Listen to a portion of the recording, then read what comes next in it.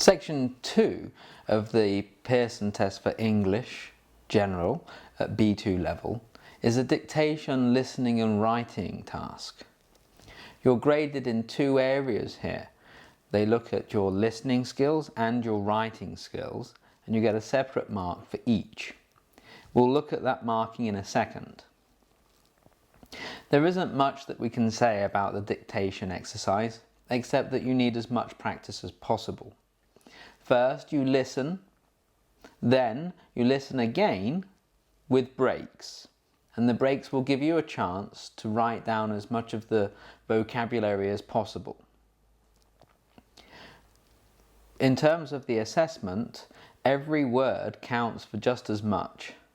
So for example, if you hear the word university and the word the, each one of those words has the same value. So if you find that you're struggling, that it's very difficult to listen and write everything that you hear, the best thing to do is to concentrate on the smaller words, because they will help you just as much as the bigger words. Okay, so I'll tell you about assessment in a moment, but first let's do a little practice. Here is a dictation. I'd like you to write down what you hear, and then I'll show you the answer after.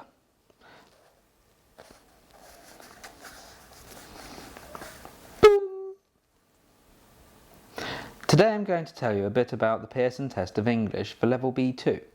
This is the same level as the Cambridge English first exam. However, in this exam you only need 50% overall to pass, whereas it's 60% in most Cambridge exams.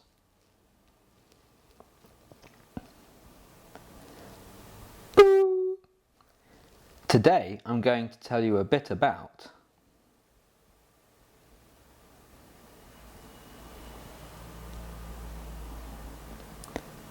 the Pearson test of English for level B2.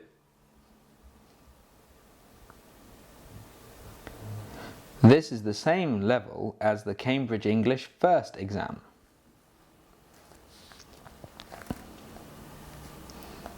However, in this exam you only need 50% overall to pass.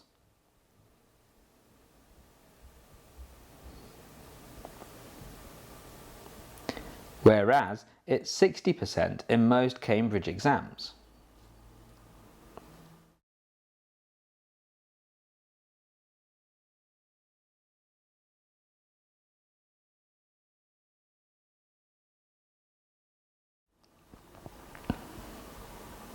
So let's look at the way that this is assessed. First, for the writing mark, every word that you spell correctly is worth 1 point. So let's say there are 50 words in the whole text. Whatever you get is divided into this 50. So let's say that you got 40 words correct, you spelt them correctly. So that's 40 out of 50.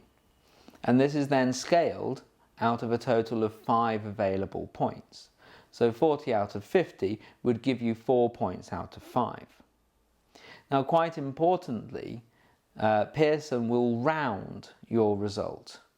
So if you got 41 out of 50, that will be just over 4, but they round it down to 4 exactly. This can help you sometimes, or it can hurt you in other times.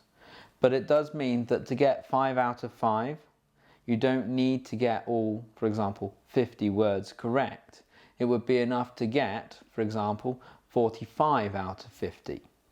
45 divided by 50 multiplied by 5 would give you 4.5, which would be rounded up to 5 points. So you might find that you're able to get a higher mark overall if you're lucky to get past the half level for each full grade. The listening, on the other hand, is marked according to how close the word is and the way that it sounds. So for example, if you wrote Pearson with an I instead of an E, it would still sound correct when you read it out, so you'd get a point for the listening, but you wouldn't get a point for the writing. So the listening points are all put together along with the other marks that you get in sections 1 and 3, and that gives you your total listening mark. The writing mark from the dictation is added to the marks for sections 8 and 9, and that gives you your full writing mark. Okay, in the next video we'll look at section 3.